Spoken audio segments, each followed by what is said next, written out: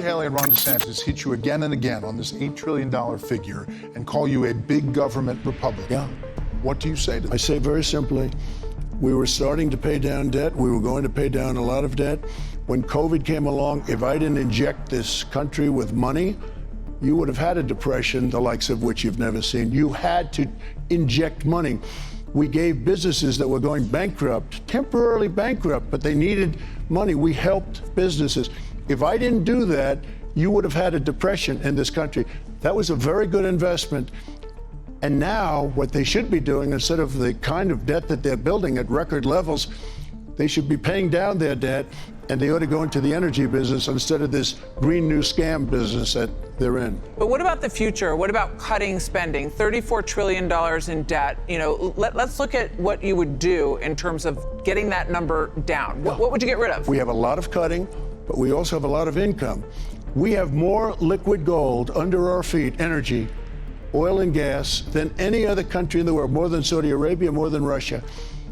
And when I came in, we were number 4.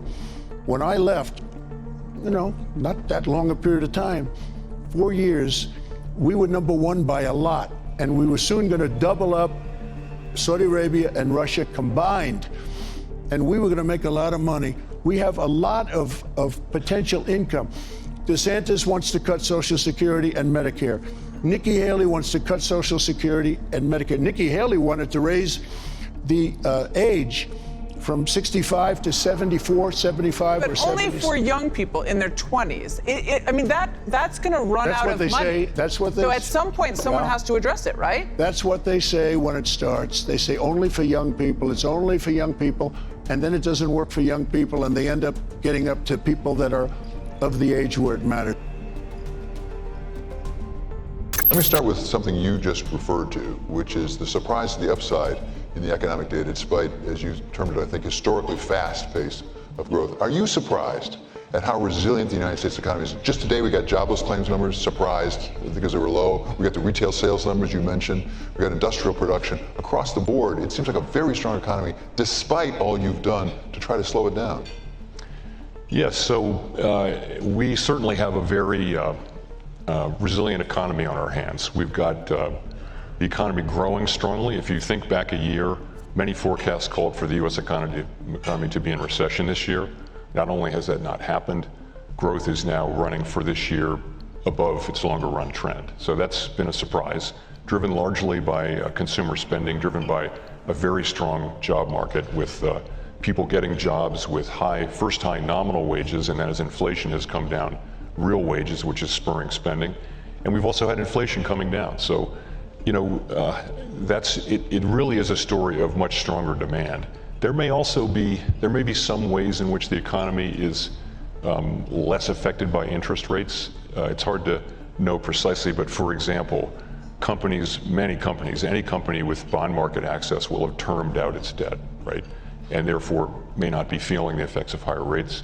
The same may be true of homeowners who have a long-term fixed rate, low rate mortgage, who then are therefore not, because it's not an adjustable rate or a higher rate, they're not feeling that increase in rates. So the economy may be somewhat less susceptible to the effects of rate increases. On the other hand, if you look at interest-sensitive spending, these are very much the places where we expect to see and do see effects. So, for example, in housing or the housing sector has been very affected by higher rates, as purchases of durable goods. If you look at surveys, people will not say that it's a good time to buy a car or a house, quite the contrary.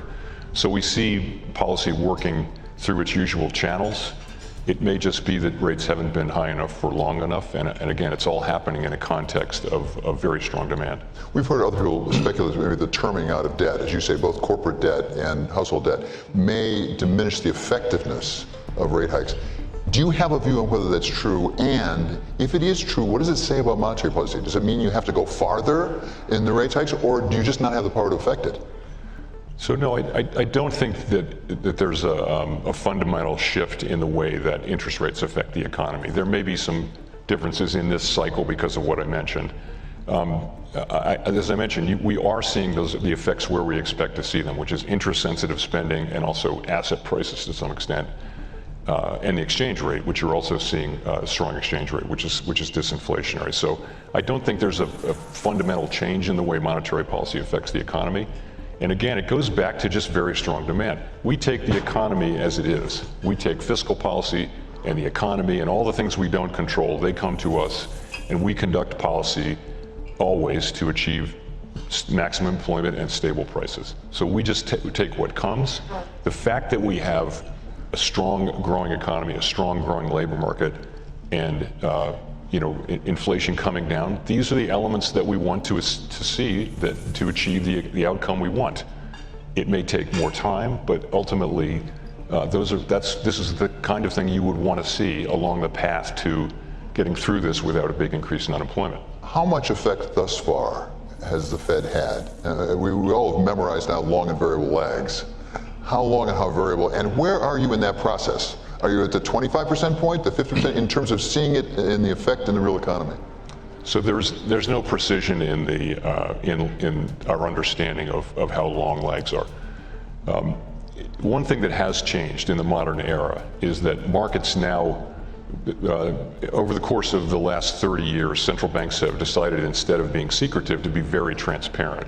And what that has meant is that markets move actually well in anticipation, well before our policy moves. So the transmission from policy moves to financial conditions actually happens before the moves now, whereas that was not the case 50 years ago when Milton Friedman coined the phrase long and variable lags.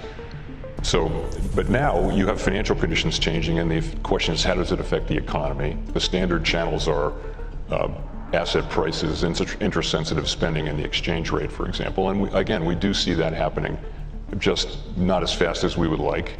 And I would attribute some of that to just stronger demand. Household savings were turned out to be higher. Household spending has been stronger, and that's by far the largest part of the economy. Professor Hanke, welcome back. Happy New Year. It's always good to see you. I'm happy you're one of my first guests for 2024, so welcome back. David, always a pleasure.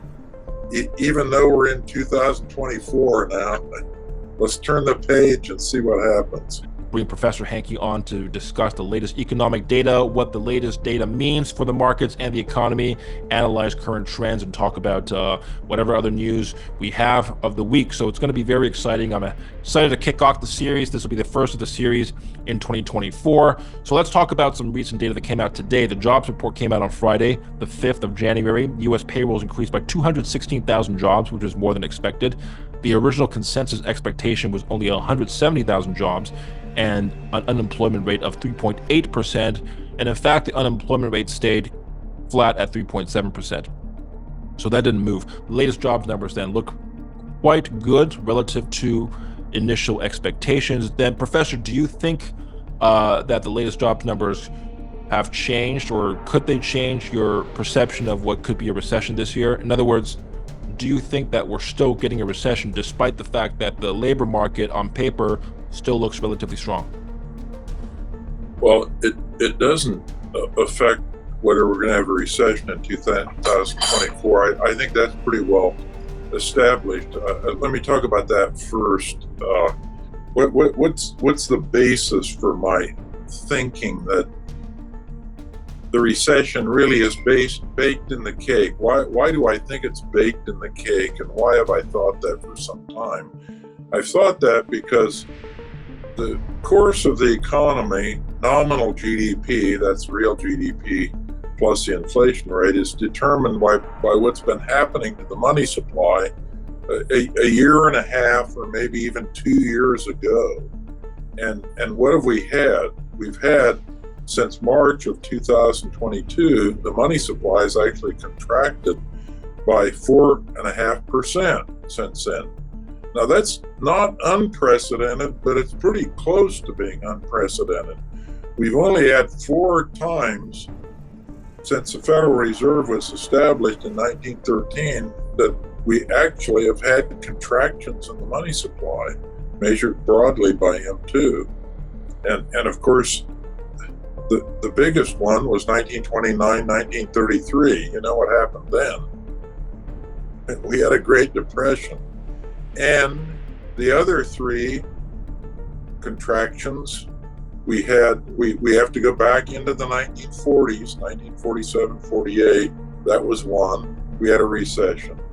And then we had 37, 38. That was a recession. And we had the big one, the Great Depression. We had one other contraction in the 20s. And those all were followed by, with a lag, recessions.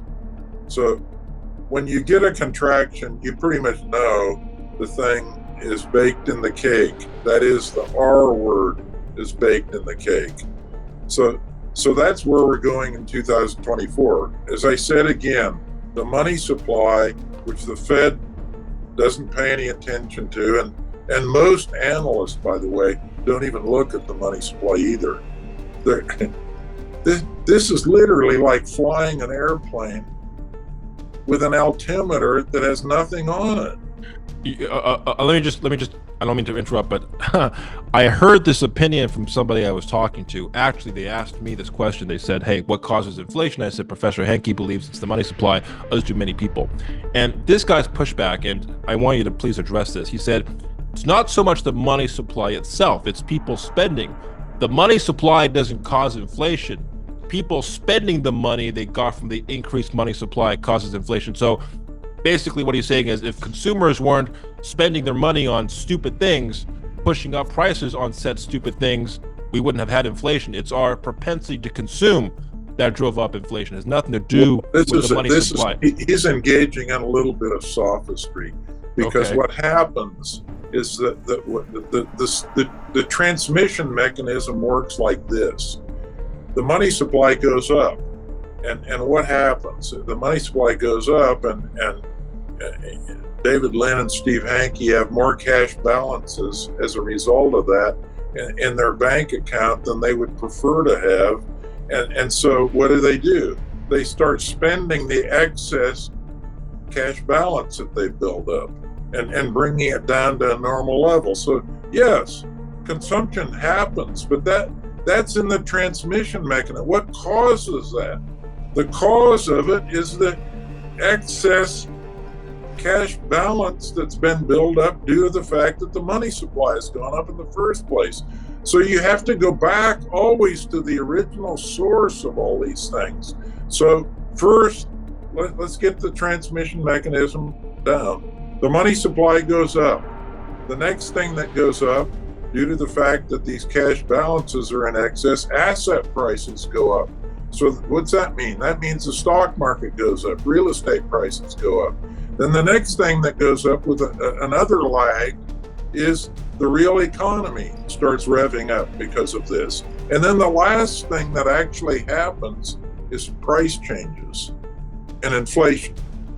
And that inflation, by the way, is usually the end of the line in the transmission, and that can take up to 18 months or maybe even a little bit longer before the inflation starts showing up with headline inflation numbers changing. So you have to look at what causes all these things in the transmission mechanism to start flipping up or flipping down. So you don't agree that if we were all just a little bit more fiscally disciplined with our personal finances, there just wouldn't be inflation, regardless of M2 growth? No, that again is not putting your finger on the right thing. Okay. We will adjust our cash balances to preferred normal levels, and if those cash balances are excessive because there's been an excessive increase in the money supply, we will trim those down, and we'll be consuming a lot. Professor, I'd like you to address this. So let's go back. Let's go back to the payroll data, though. So okay, yeah, So remember, we started with the payroll numbers. They came in very strong today. The payroll increases 216,000 jobs. The consensus was only 175,000. So that was better than the consensus. And the unemployment rate stayed at 3.7%. As you said, the consensus was they thought it would go up to 3.8. So all of that looks good. You would conclude, well, this looks very strong. So how can Hankey be talking about a coming recession when you have this very strong labor market data coming in? Well, if you look under the hood a little bit at that data, it isn't really as strong as it appears to be on first glance. For example, the last 2 months, they've actually made downward revisions in the jobs added by 71,000. So all of these revisions, they come out with a new number for the payroll growth, but then they revise down the last payrolls. So we've had downward revisions going on in payrolls. We've also seen the 11th consecutive month where temporary help has gone down. So that indicates things aren't quite as tight as you think, because they're not scrambling around trying to hire temporary help. Actually, for 11 months in a row, the temporary help has gone down. Also, you've got a slight fall in the monthly aggregate hours worked. You've also had a drop in the household employment over the last 3 months. And if we exclude government and healthcare workers and leisure and hospitality workers, actually the employment is way below trend. So there's been the hospitality industry has been pretty hot, in the healthcare, that sector, healthcare and hospitality, and government employment. So they've been adding a lot of the payroll adds have been government employees, which from a productivity point of view, that's a big negative, actually. That's kind of a bad sign. The other thing to watch is the hours worked. There's been a weakness in that along with the temporary help thing. So if you look carefully at the thing, it looks pretty good on the headline, but under the hood, there's a lot of weakness showing up. So this is by the way, typically what you get as you go into a recession. Okay, so you're expecting the unemployment rate to rise as the recession officially hits. That's what's going to happen. Okay, because in 2007 the unemployment rate was also low, right? That's right. But if you remember, we've talked about this before, and the last thing that people want to do is lay off permanent workers. So, and that's been happening all this year. Here's what's been going on. Last year, people were pretty businesses in general and CFOs in general.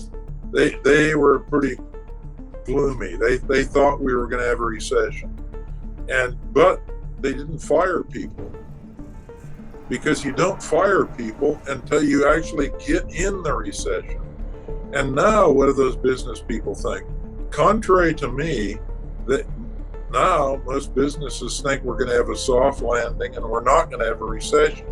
So all of those factors, the fact that you don't want to fire somebody before the recession, and the fact that businesses are now more optimistic and they think the probability of recession is become a lot lower.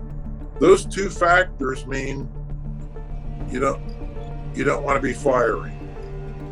You might be wanting to cut back on the hours a little bit, which they're doing, but you don't want to be firing. So that's why we see, payroll growth has actually been pretty good. It was beat the consensus because why? Businesses are saying, oh, I think these forecasts by people like Hankey that we're going to have a recession is a lot of bunk. And we're not going to have a recession. We're going to have a soft landing. So I'm not going to fire people. I'm actually going to hire a few people. Finally, I'd like to ask you about geopolitical events in the world that you're following that you think would have any significant market impact in 2024 and perhaps beyond. I'll leave it open-ended. I'll let you comment. Okay, so I think we've got two actual wars going on right now. As you know, one is in the Middle East.